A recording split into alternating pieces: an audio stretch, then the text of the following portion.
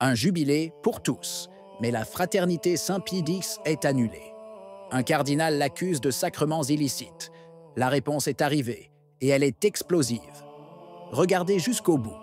Vous comprendrez que ce n'est pas seulement la fraternité qui est en jeu, mais l'avenir de l'Église.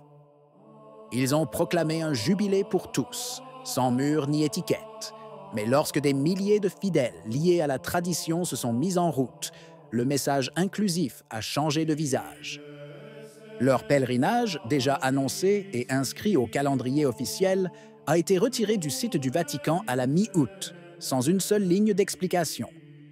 Il ne s'agit pas d'un problème technique, cela avait été annoncé, réservé et anticipé, avec la présence à Saint-Jean-de-Latran, le chapelet public et le franchissement de la Porte Sainte comme témoignage de foi. Alors que les autres nominations sont restées en place, celle-ci a soudainement disparu, laissant le sentiment clair d'un choix délibéré sur le terrain. Ainsi, pour ceux qui maintiennent le même vieux rite, l'année de la miséricorde s'est transformée en un message opposé. Tout le monde est le bienvenu, sauf ceux qui ne se conforment pas. Cela s'est produit sous les yeux de tous et avec un timing qui parle de lui-même, car quelques jours seulement après l'événement, le signal envoyé à Rome et au monde était sans équivoque. La présence de la fraternité sacerdotale Saint-Pie X n'est tolérée que tant qu'elle reste invisible. La fracture est devenue encore plus évidente le 15 août, lorsque le cardinal Anders Arborelius, archevêque de Stockholm, a choisi d'élever la voix et de pointer du doigt la fraternité. Dans une déclaration officielle, le cardinal a affirmé que les sacrements administrés par les prêtres de San Pio Gimo n'étaient pas licites, avertissant les fidèles de ne pas y recourir et appelant tout le monde à la pleine unité avec Rome. Ces mots surviennent quelques jours après les confirmations administrées par Monseigneur Bernard Fellet à de jeunes catholiques attachés à la tradition. Un sacrement très valable d'un point de vue théologique, mais devenu scandaleux, uniquement parce qu'il était célébré par un évêque jugé irrégulier. L'effet immédiat fut de diviser et de confondre les fidèles, comme si la légalité était plus importante que la grâce sacramentelle. Au lieu de se réjouir pour les nouvelles générations renforcées dans leur foi, ils ont préféré allumer une polémique qui a rendu la contradiction encore plus claire. Le Saint-Siège proclame le dialogue et la réconciliation, mais ces hommes sur le terrain n'hésitent pas à transformer les sacrements en champs de bataille. Et c'est là que la véritable nouvelle éclata.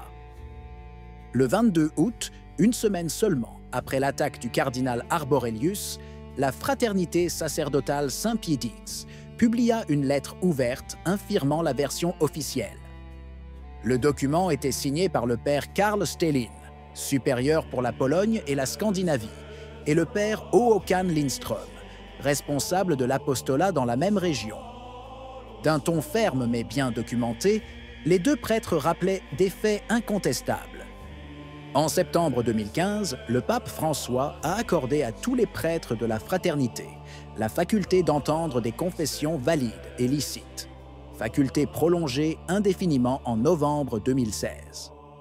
Et ce n'est pas tout. En avril 2017, le même pontife a établi que les évêques pouvaient accorder aux prêtres de la fraternité le mandat de célébrer les mariages des fidèles qui fréquentent leur chapelle, à condition que la messe suivante soit célébrée par un prêtre de la fraternité elle-même. Tout cela n'a jamais été révoqué.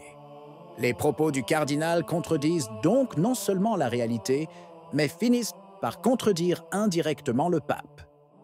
La fraternité a clairement souligné que, si Rome reconnaît la licéité des sacrements fondamentaux de la vie chrétienne tels que la confession et le mariage, cela n'a aucun sens de parler de illicéité généralisée.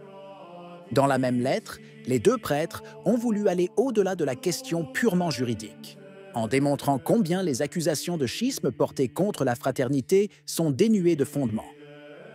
Ils ont rappelé que Benoît XVI et François ont tous deux traité le cas de Saint-Pie X comme une affaire interne à l'Église, et non comme une fracture à guérir par la logique de la réconciliation œcuménique.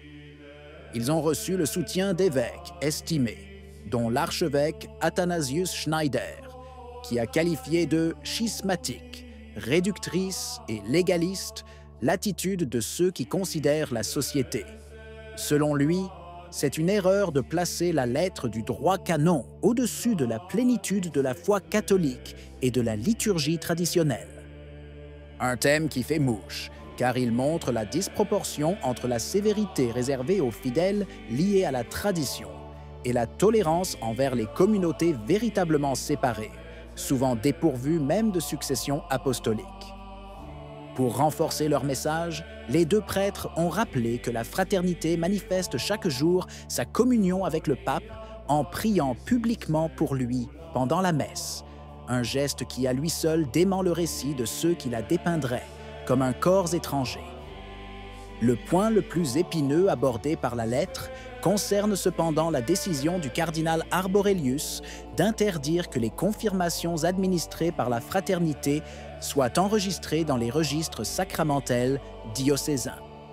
Une mesure qui, au lieu de protéger l'ordre canonique, risque de jeter la vie des fidèles dans le chaos, créant une incertitude future concernant les certificats de baptême et les documents officiels de l'Église.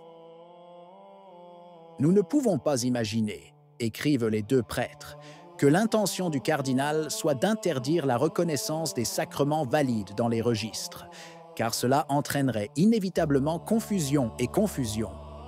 Ce passage touche un point sensible, la contradiction entre la validité sacramentelle, que personne ne nie, et la volonté de la rendre invisible au niveau administratif.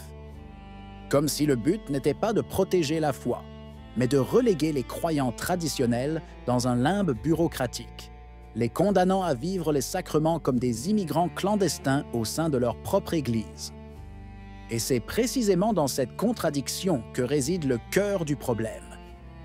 D'un côté, Rome, par l'intermédiaire du pape François, a ouvertement reconnu la validité et la légalité des confessions et des mariages célébrés par les prêtres de la fraternité. De l'autre, un cardinal va jusqu'à nier publiquement ce que le pape lui-même a autorisé, poussant les fidèles dans une spirale de confusion. Un paradoxe surgit qui ne peut plus être caché.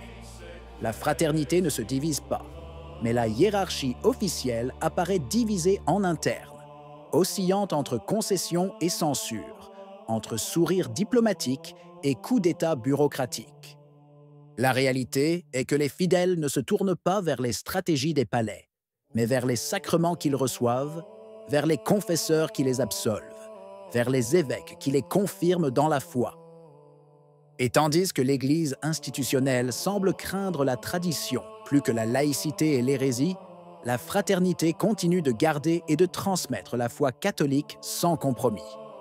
La question se pose alors, qui est véritablement à l'origine de la division ? Ceux qui célèbrent des sacrements valides et prient pour le pape, ou ceux qui font de la bureaucratie ecclésiastique une arme pour attaquer la tradition? Qu'en pensez-vous? Si vous avez aimé la vidéo, laissez un commentaire. Amen. Que Dieu vous bénisse.